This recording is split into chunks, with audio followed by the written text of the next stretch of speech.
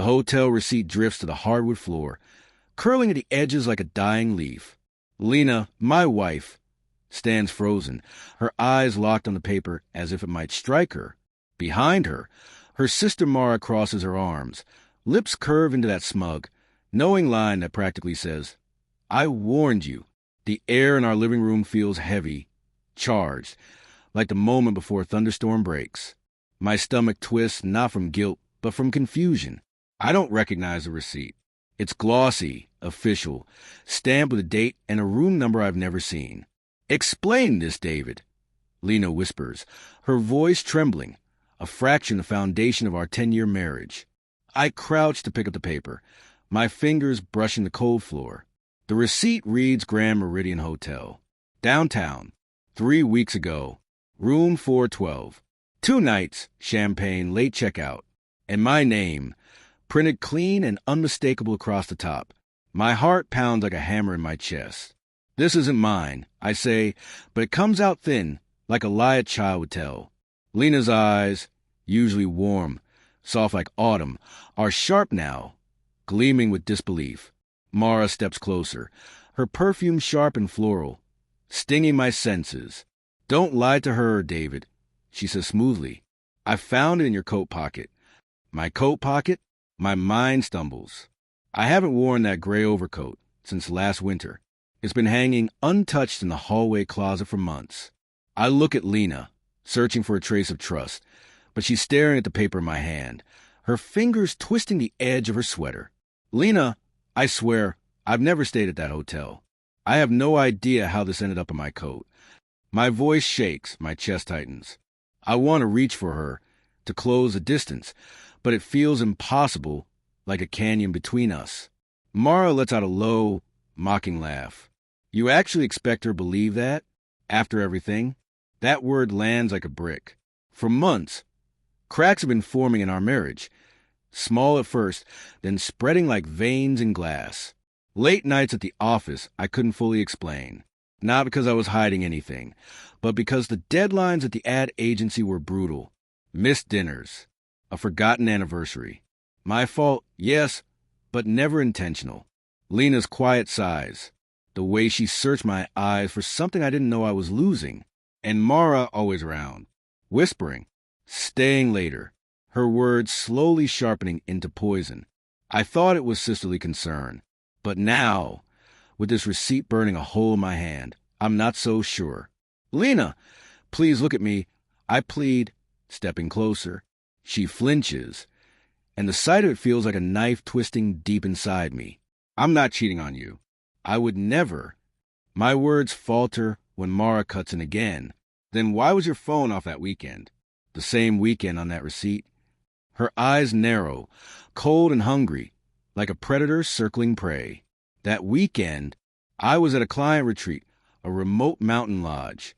No signal, no Wi-Fi, just endless PowerPoints and awkward team-building games. I told Lena about it, didn't I? Or had I been too tired, too distracted to mention the details? I was working, I say, trying to steady my voice. "You know how my job is, Lena. You've always known." But her gaze drops, and I see doubt etching itself across her face. She's remembering every unanswered text, every night I came home late, smelling of coffee, exhaustion, and deadlines. I thought we were enduring it together. But now, I see how easily those moments could be twisted into something darker.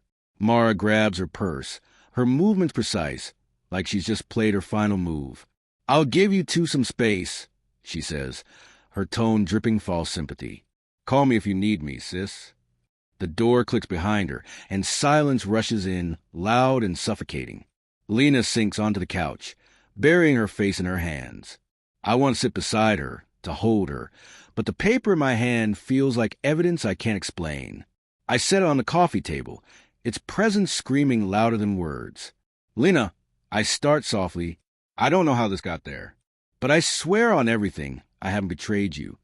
She looks up, eyes red, glistening, and for a fleeting second I see her, the woman who once laughed with me over burnt pancakes at 2 a.m., who kissed me in the rain after our first date. But then her expression hardens. Then why does it have your name on it, David? Why was it in your coat?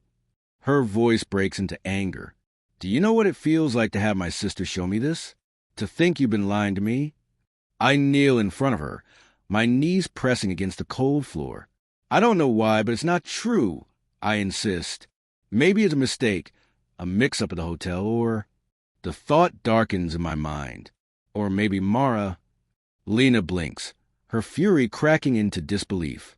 What are you saying? That my sister planted it? That's insane, David. Is it? I counter quietly. I think of Mara's late-night calls, her constant intrusions, the resentment she never hid. That coat, untouched for months, hanging in a closet we all share access to. Lena, listen to me. I plead. What if Mara's trying to drive us apart? You've said it yourself. She's never liked me. She thinks I'm not good enough for you. Lena shakes her head, but the hesitation, that tiny pause, tells me I've hit something. She wouldn't do that, she whispers. She's my sister. The silence stretches. The refrigerator hums softly in the background. I sink back, my hands trembling. The receipt lies on the table like a ticking bomb. I could call the hotel, demand records, find proof.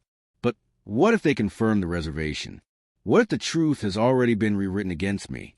Fear, anger, love, they blur together until I can barely breathe. Lena, I whisper, my voice breaking. I'll do anything to prove I'm telling the truth. Just don't let this destroy us. She looks at me for a long moment, searching my face, and I think just maybe she believes me. But then her eyes drop to the receipt again. She stands, slow and deliberate. I need time, she says quietly. I need to think. She walks to the bedroom. The door closes with a soft click that feels final. I'm left kneeling on the floor, the receipt staring up at me like a silent accusation. My mind races, Mara's smirk, the coat, the impossible date, until a memory slices through the fog. Mara borrowed my coat last spring, saying hers was at the cleaners. My pulse spikes. I grab my phone, fingers trembling as I pull up the hotel's website. The truth is out there, somewhere, buried beneath lies and manipulation. But as I start to dial, a cold certainty settles over me. Whatever I uncover, one thing is already clear. Our marriage will never be the same.